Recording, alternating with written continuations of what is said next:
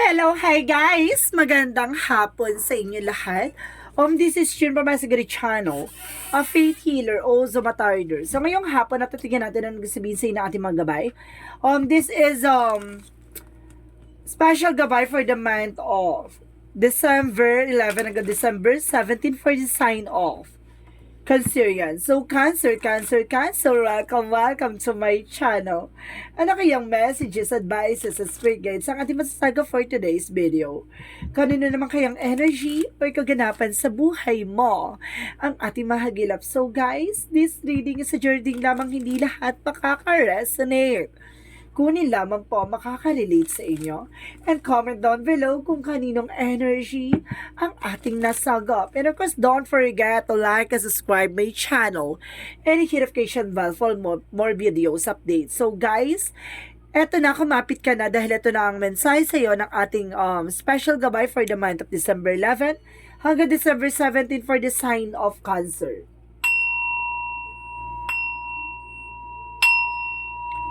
Angel Spirit Messages, give me an information, no? Ano kaya ang masasabi sa inyo ng ating mga gabay? For Cancerian, ano kayang messages for you?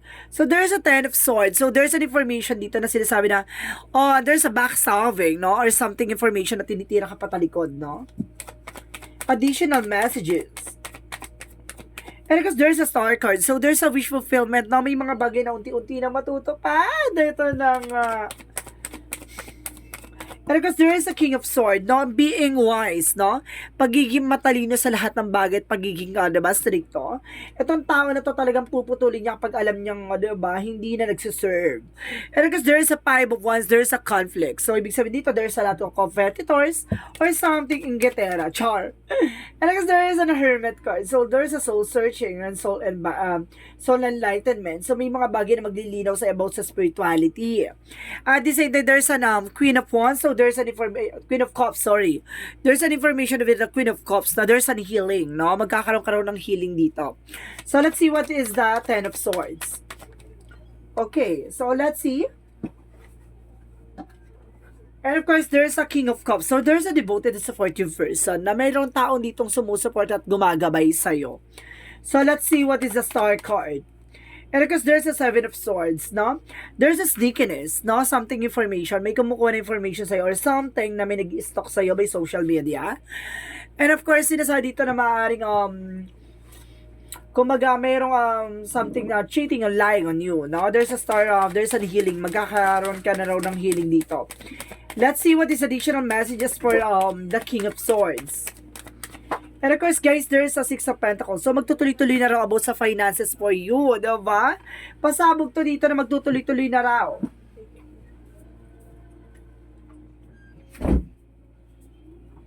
And of course, let's see what is the Five of Wands. And of course, guys, there's the Four of Cups. So, there's a revaluations, no? Kung may mga bagay na kailangan mo muna pag-isipan, huwag ka muna mag-take ng action, analyze mo muna. Kasi there's a lot of competitor around here na kumaga marami sa paligid mo na inggitera nga, no? And there's a lot of competitions. And of course, sinasabi dito Four of Cups, kumaga pipiliin mo yung magiging laban mo. And of course, there's a Ten of Wands na there's a burden, no? Kumbaga, bakit itong Hermit card na to, kumbaga, nagkakaroon ka ng kaliwanagan about sa spirituality. Or sinasabi na Ten of Wands dito na guys na, kumbaga, malalaman mo na kung ano yung nagpapabigat sa pamumuhay mo, no? Meron dito ang nagbibigay ng pabigat sa pamumuhay mo. So, let's see what is the Queen of Cups. And because there's an Eight of Cups. So, there's a letting go, no? At makaka-move on ka na at magkakaroon na ng healing dito. And the Ten of Swords, the King of Cups, represent the Sun card. So, sinasabi dito na there is a positive outcome na magaganap dito, no? Parang patutuklasan mo na, no? Na kung sino yung traidor, no? Kung sino yung, kumbaga, magiging kakompetensya mo dito sa sitwasyon. Let's see what is the Star card and the Seven of Swords. And the Devil card. So, ibig sabihin itong tao na to, no, na umaaligid or lumalapit sa yun pala may ginagawang hindi maganda with the Devil card. Ito pala ay gumagawa ng black magic involved na, kumbaga, ginagawa ka ng palipadahangin at sumpa na pampamala sa iyong pamumuhay. So, let's see what is the King of Swords in the Six of Pentacles. And because there's the Word card. So, some of you, there's a trouble, no? Kumbaga, some of you guys, nasa paligid mo lang talaga. No, let's see. There's a success driver. No, talaga may success talaga. And because there's a Ten of Pentacles, there's a long-term success and long-term investment. And of course, sinasabi dito magiging pang matagalan tong sitwasyon mo, no? Kumbaga, magkakaroon ka ng long-term success and a long-term relationship, ganon. And of course, there is a Five of Wands, and of course, there's there's a Hermit card in the Ten of Wands, so there's a King of Wands, so there's an information, the Knight of Wands, sorry. There's a slow and steady, no? Kumbaga, sinasabi dito na panatiliing kalmado, no? Kumbaga, unti-unti ka na makakalis sa sitwasyon, slowly but surely, ganon. So, let's see what is the Queen of Cups, and of course, the Eight of Cups. And there's an Ace of Cups. So, there's a moving on, na makakaalis ka na sa sitwasyon at makaka-move on ka na, no? At, diba? Kung nagkaroon ng betrayal and of course, traidoran dito, makaka-move on ka na at may taong darating, no? Bagong pag-ibig or either, no, babalik ang pag-ibig. Parang gano'n. So, let's see what is the outcome. Ang pinaka-outcome for you is the Five of Swords, no? Nagkakaroon dito na self-sabotage. Maging aware ka, hindi mo kailangan sabihin yung mga bagay na dapat ay lihim lang, no? Or sarili mo lang dapat, no? Kasi dun ka na-atake kasi nagiging ano ka no? Parang nagiging open ka sa lahat ng eksena, no? Dito sa tao na to. Kaya kailangan maging aware ka dyan. Kasi yan tao na yan na kumbaga kumukuha lang impormasyon sa'yo para hanapin yung kahinaan mo or something weaknesses mo. And because there's a Page of Sword na ito, get more information, no? At malalaman, makikilala mo na yan. And because there's a the Fool card, there's a the Hangman, no? Ito yung nagbibigay ng delays and cancellation or something, pagbagal or pag-post ng magandang kapalaran sa ito yung parang pagtumal. So, kung may negosyo ka pagtumal or pagbagal or something na kumbaga ang bagal-bagal ng eksena pagdating sa finances sa iyo dito. So, let's see. Pagdating naman sa career, let's see. Pagdating sa career mo, Angel Spirit Messages, career, negosyo, pagkakaperahan. Tingnan natin. So, there's a Four of Swords. So, there's a listen to your intuitions, no? Makikinig kasi dito sa intuitions mo, makikinig ka sa gut feeling mo, no? Kumbaga, nagkaroon ka na ng something, kumbaga, premonition or something na, kumbaga, intuitions, no? Kumbaga, nalaman mo na at maaring there's an inner voice na may bumulong sa'yo or something, ano, kumbaga, or something, guys, there's a dreams, maaring pinasok to sa panaginip mo. And of course, there's a Chariot card, kailangan mo mag-take ng action. And of course, there's a Three of Wands, so there's a trouble. And of course, there's an information na, kumbaga, yung progreso, no? Kumbaga, sinasabi magtutuloy-tuloy na. And of course, sinasabi sa'yo dito, there's a Six of Swords na transition. Makakaalis ka na sa sitwasyon. Na unti-unti ka na nakakabangon. At the same time, there's an Eight of Pentacles. Mag-focus ka sa trabaho, negosyo, hanap buhay mo, no? Being dedicated sa ginagawa mo. So, let's see about naman sa love life. So, pagdating sa love life, additional messages. Okay, there's a judgment. So, there's a wake-up call for you or something red flag, no? Pag itong tao na to, cheater or something na nagsisinungaling behind your back, mararamdaman mo, there's an inner instinct, no? Kung or something, there's a woman instinct or man instinct. Parang may ganon. And there's a vibration or there's an information na kumbaga, there's divine intervention na may paalala sa yung divine na you need to take an action, no? Red flag. And of course, there's a Page of Cups. So, listen to your intuition nga, diba? Kumbaga, makinig ka sa intuition mo dito na tama yung hinala mo, no? Tama yung nararamdaman mo. So, let's see what is additional messages for health. For health, additional messages for you for health. Okay. Sinasabi dito about naman sa health mo is, the Emperor, no? Be mature enough in being grounded sa mga kinakain mo. And the Strength card, no? Alisin mo yung takot at pangamba mo. Kasi the more natatakot ka sa mga bagay-bagay, no? The more na, kumbaga, diba, parang bumababa yung immune system mo. So, kumbaga, may kakaroon tayo ng balance and of course, parang disiplina, no? Yun, pero hindi mo kailangan umiwas ng bongga. 'Di ba? So, konti-konti lang or something, 'di ba? Kapag talagang bawal na, talagang risk na sa yung ganon, iwasan mo na. Pero may mga bagay na kailangan mo pa rin kainin, 'di ba? Kasi lalo ka manghihina. So, let's see what is additional messages for Angel Spirit Guides.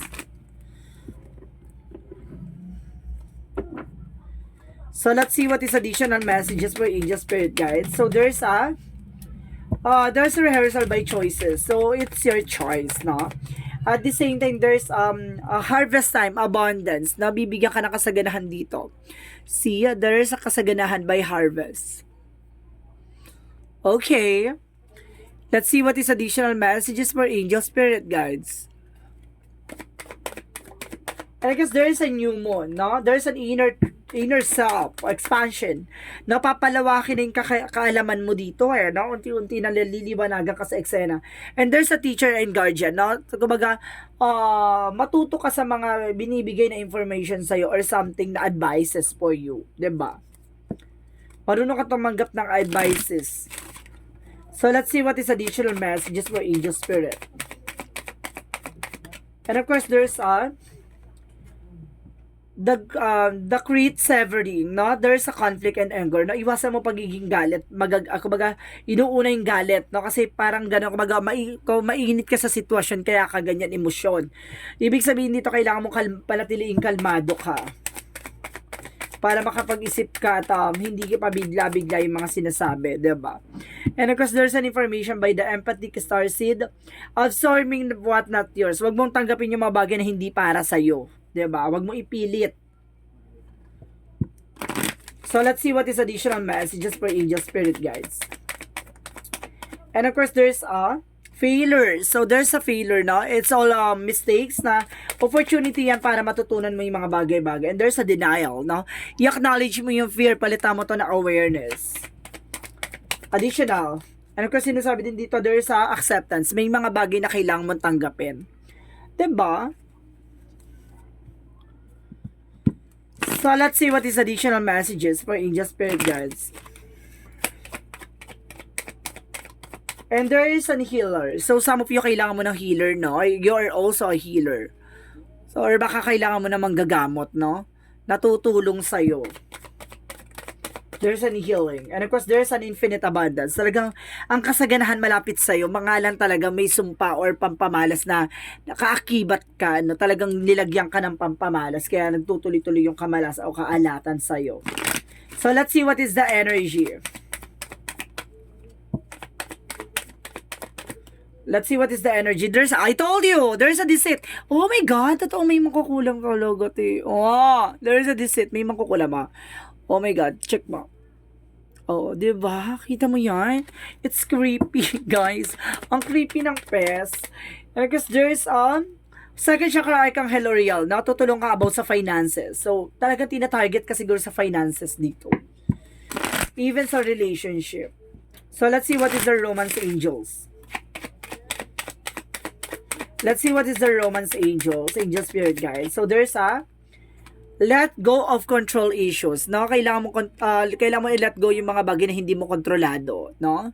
Kasi baka yun yung magkaroon ng problema sa'yo. Kailangan mo i-let go yan. So, let's see what is additional messages for romance angels. Additional messages. So, there is a healing family issue. So, ibig sabihin dito, talaga there's an issue, no? There's a family issue. So, ibig sabihin dito, mamaya ang gumagawa sa'yo, related sa'yo, or related sa ex mo, or related dyan sa person mo, 'di ba? Mamaya, inggitera pala. So, let's see. What is the magical fairy messages for you? What is the magical fairy? There is a pregnancy. So, some of you may pagbubuntis dito. Baka magbuntis ka or something. There's a birth of child.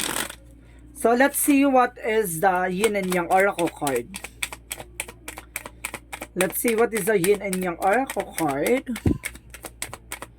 So, there is a sabotage, no? May galit nga sa'yo to, May galit nga, kuya.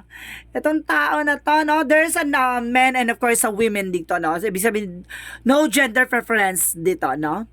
So, there's a guilt and sabotage, no? May sumasabatahe talaga sa'yo. Unang baraha talaga sabotage, no? Talaga sinasabi na meron taong gumagawa sa inyo at maaaring malapit lang sa inyo. And of course, there's a renewal, no? There's a renewal. And of course, there's a change. May mga bagay na kailangan mabago at kailangan baguhin. So, let's see what is Archangel Raphael. Let's see what is Archangel Raphael. So, there's a second option. So, kumbaga kung nagpatingin na kayo, kailangan nyo magpatingin ulit kasi there's a second option. And that's a stretch. No? Kumbaga mayroon talagang lamat or something na kailangan, or something stretch na sinasabi dito na kailangan nyo ng exercise, no? For your healing. And of course, let's see what is Archangel Michael messages for you. Anong chika ni Archangel Michael sa'yo? So, let's see what is Archangel Michael messages. Innocence. May mga bagay na hindi mo alam, no? Inosente ka dito. Kumbaga, may mga bagay na hindi ka pa nakikita, no? Keep your eyes on your target intention, no? Kumbaga, tumutok ako na ba talaga yung gusto mo sa buhay mo, talagang gusto mo. And write about your thoughts and feelings. So, ibig sabihin, sundin mo yung nararamdaman mo o yung iniisip mo. Let's see what is the chakra messages. Let's see what is the chakra messages. So, there's a growth, no? Kumbaga, there's a growth and expansion dito na maaaring palawakin ang iyong business or something negosyo or something relationship. And there's a prayer, no? Magdasal ka lang. Isa pa ito sa pinaka most powerful na gagawin mo. And there's a bittersweet, no? Kumbaga, pagkatapos ng pait, may tamis ng tagumpay. Diba? So, let's see what is additional messages for angel spirit guides. What is the Montology? Get more information. Personal issues reaches resolution. Masusolusyonan na raw yung problema pinagdadaanan nyo, no? Eto na nga. And of course, there's hold your vision. Tama yung hinala mo, no? Kung sino yung hinala mo, tama yun. So, let's see what is the Jesus loving quotes. Let's see what is the Jesus loving quote said. I am with you always even at the end of the world. No, ibig sabihin dito, I am with you always even at the end of the world. So, ibig sabihin dito, nandito lang daw si Jesus. Kahit nakala mo, feeling mo, pinagsakloban ng langit at lupa ka, no? Ibig sabihin na parang puro problema na lang, ganyan, pero binabantay at ginagabayan ka lang niya, diba? So, let's see what is the angel's answer. Please bring a question now sa isip nyo. Mag-isip kayo na magiging question nyo. Bibilang ako na 3, kailangan nakapag-isip na kayo, guys. Okay?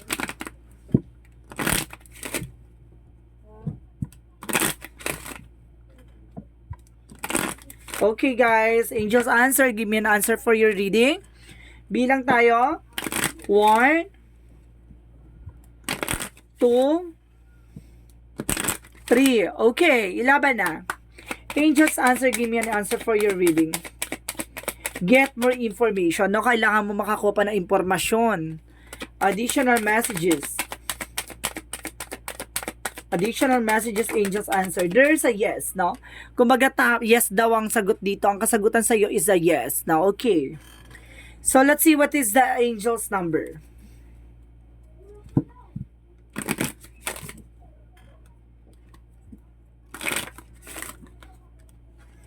Let's see what is the angel's number. So, there's a 999, no? I am unique, no? Thank you for the past of your lessons. Think the past of your lessons and leave it where it belongs. So you can make the best of the life that is still waiting to the fulfill of only you. So see, there's a uniqueness, no? May mga kanya-kanya tayong pagdadaan at kanya-kanya tayong proseso, no? Ng tagumpay, no? Sinasabi lang sa dito, may mga iba-iba tayong pagdadaanan, may mga talagang kakaibang pagdadaanan na kailangan natin malagpasan, no? Kumbaga sinasabi sa dito ka masusukat ng para palakasin at patibayin ka. At sinasabi sa dito, at the end of the road, makikita mo ang kaliwanagan at pag-asa at tagumpay na inaasam-asam. Let's see what is the messages of life. And of course, there's a return to the inner temple. So, sinasabi dito, guys, today, I rediscover my inner self in sacred silence. This is the inner temple in which I am calmly study the lessons life has provided me here. I regain my sense of tranquility. I retrieve my trust in the universe. But in the light of my inner temple, I now remember the value of each and every step of my life. So ngayon parang nauunawaan mo na yung mga bagay na pinagdadaanan mo, yung mga bagay na naranasan mo. Kumbaga, nagsisingin sa utak mo na parang, kaya pala ganito yung naranasan ko, kaya pala ganito yung nangyari sa akin. There's a possible na may ibibigay at may pagkakalabang sa atin ng ating poong may kapal. No? Marami tayong magdidiscovering kakayanan or something information na kumbaga, dadali natin sa mga susunod na panahon, di ba? At susunod na pagkakataon. So, parang ganon. Kumbaga, unti-unti kanyang, kumbaga, binibihisan sa kaalaman at katalinuhan lahat na nangyayari sa'yo. Diba? Matutunan mo sana at magbit-bit na yan, bit-bitin mo yung lesson na yan para sa mga susunod na eksena mo.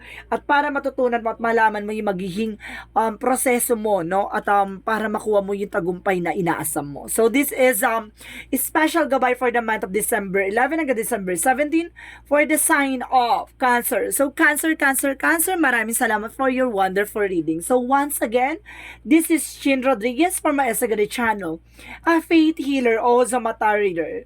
Maraming salamat po sa mga walang sampung suporta sa aking channel, lalo-lalo na hindi nag-skip ng ads. Naway pagpalain po kayo ng Diyos at may kapal siksik liglig na goma pa umanumbalik sa inyong biyaya. Maraming salamat po and see you in the next video. Bye-bye and babush!